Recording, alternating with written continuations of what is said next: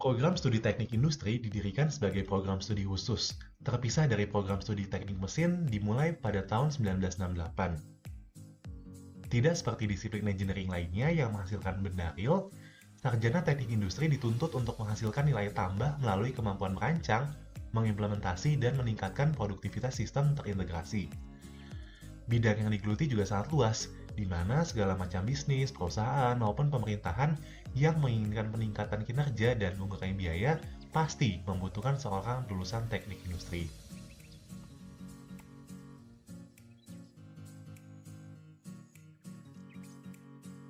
Ilmuwan teknik industri disusun oleh 4 dasar keilmuan, yakni Operation Research, Manufacturing System Engineering, Management Systems, dan Human Factors Engineering, dengan ditunjang oleh dasar keilmuan seperti matematika, statistika, akunting, ekonomi, psikologi, dan perilaku organisasi.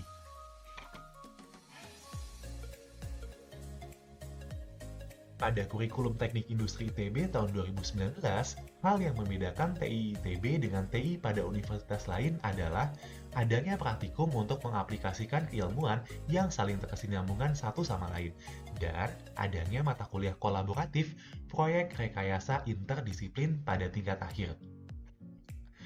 Praktikum perancangan sistem terintegrasi merupakan integrasi dari praktik desain dalam 4 kuliah praktikum, di mana mahasiswa dihadapkan kepada contoh permasalahan real dan mahasiswa bertindak seolah-olah sebagai problem analis di dunia nyata.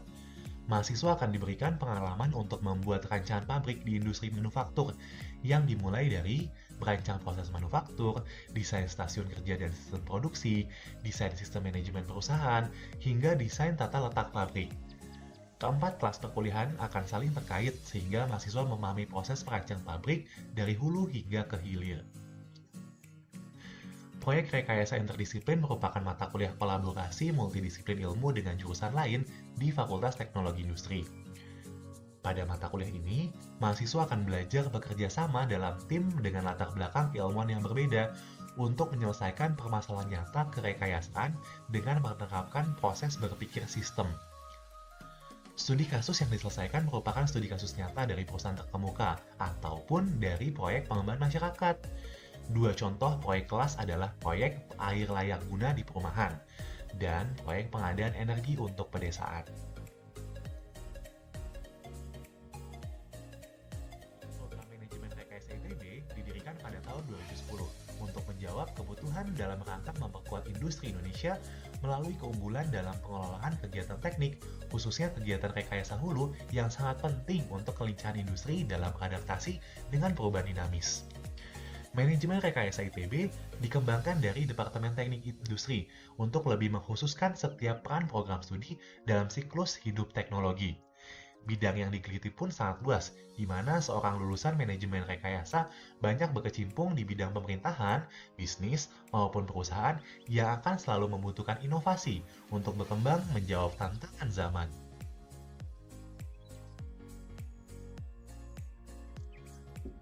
Jurusan Manajemen Rekayasa berada pada 8 domain utama, yakni Market Research, Assessment and Forecasting, Strategic Planning and Change Management, Product, Service and Process Development, Engineering Projects and Process Management, Financial Resource Management, Marketing, Sales and Communication Management, Leadership and Organizational Management, Professional Responsibility, Ethics and Legal Issues.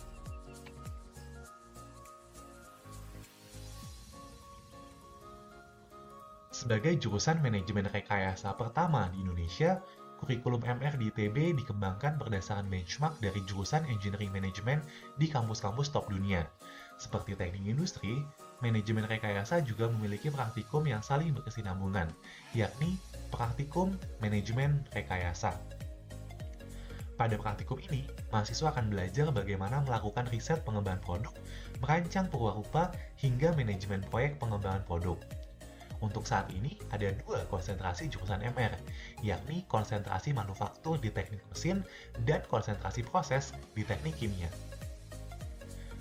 Pada tingkat 4, selain mendapat mata kuliah proyek rekayasa interdisiplin bersama jurusan di Fakultas Teknologi Industri lainnya, mahasiswa MR juga akan diperkaya dengan bekal data science dan machine learning yang merupakan kemampuan penting di era Industri 4.0.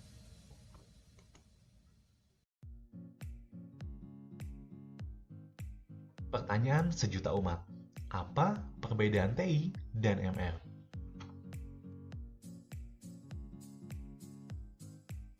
Perbedaan antara dua program studi ini adalah pada fokus dalam siklus hidup rekayasa. Jurusan manajemen rekayasa difokuskan pada tahap rekayasa suatu inovasi yang meliputi perencanaan produk, perancangan teknologi, analisis dan desain produk dan proses, serta manajemen proyek rekayasa. Sedangkan jurusan teknik industri lebih terkonsentrasi pada tahap produksi atau operasi inovasi yang meliputi desain sistem operasi, optimasi pengoperasian dan perawatan sistem produksi, distribusi dan layanan purna jual produk atau jasa, serta perbaikan berkelanjutan. Namun, kedua program sama-sama mempelajari keseluruhan siklus, hanya berbeda pada fokus ilmuannya. Manajemen rekayasa lebih ditekankan pada bagian engineering projects, dan teknik industri lebih dititik beratkan pada production system.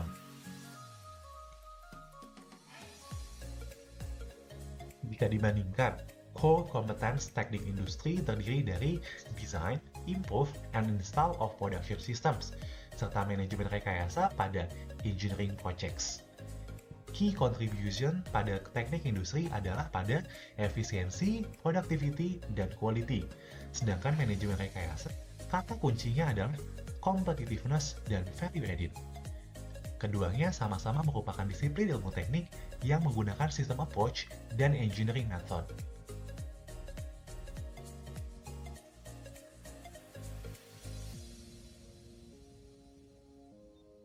Halo teman-teman, namaku Widiana Daniasya, Manajemen Rekayasa 2017. Sejak pertama kali dinyatakan resmi menjadi mahasiswa ITB, aku berkomitmen bahwa aku akan memanfaatkan semaksimal mungkin waktu yang aku miliki sebagai mahasiswa ITB untuk mencapai sebanyak mungkin achievement yang bisa dibanggakan. Sehingga nantinya ketika aku meninggalkan ITB, akan ada jejak positif yang aku tinggalkan dan bisa diingat dengan baik oleh banyak orang. Oleh karena itulah, aku berusaha untuk bisa perform sebaik mungkin di akademik, kemudian aktif berorganisasi, dan juga berprestasi di lomba-lomba. Memang sih, nggak semuanya berhasil. Ada banyak ups and downs, keberhasilan dan kegagalan yang aku alami selama di ITB. Salah satu momen yang menurut aku paling berkesan selama aku hampir 4 tahun berkuliah di ITB adalah ketika aku menjadi tim protokoler. Sebagai tim protokoler, aku berkesempatan untuk bertugas di acara-acara penting ITB seperti wisuda dan penerimaan mahasiswa baru. Selain itu, aku juga berkesempatan untuk bertemu orang-orang penting seperti para pejabat pemerintahan.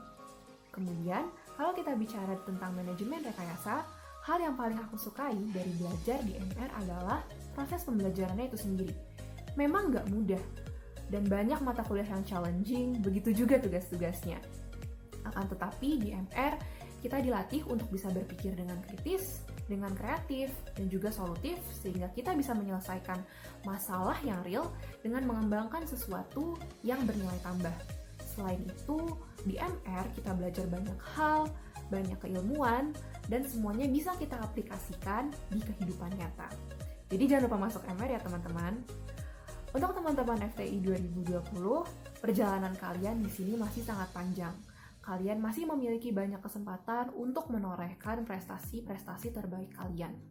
Tips dari aku, teruslah membuka diri untuk mengeksplor dan mempelajari hal-hal baru, baik itu yang berkaitan dengan perkuliahan kalian maupun di luar perkuliahan.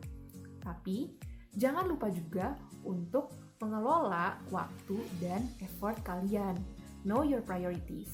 Dan terakhir, jangan mudah merasa insecure dengan pencapaian orang lain.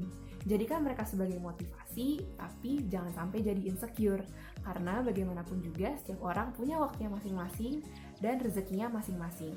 Terima kasih. Halo, saya Muhammad Syauki Ramadan dari Teknik Industri 2017. Menjadi mahasiswa merupakan tugas yang mulia.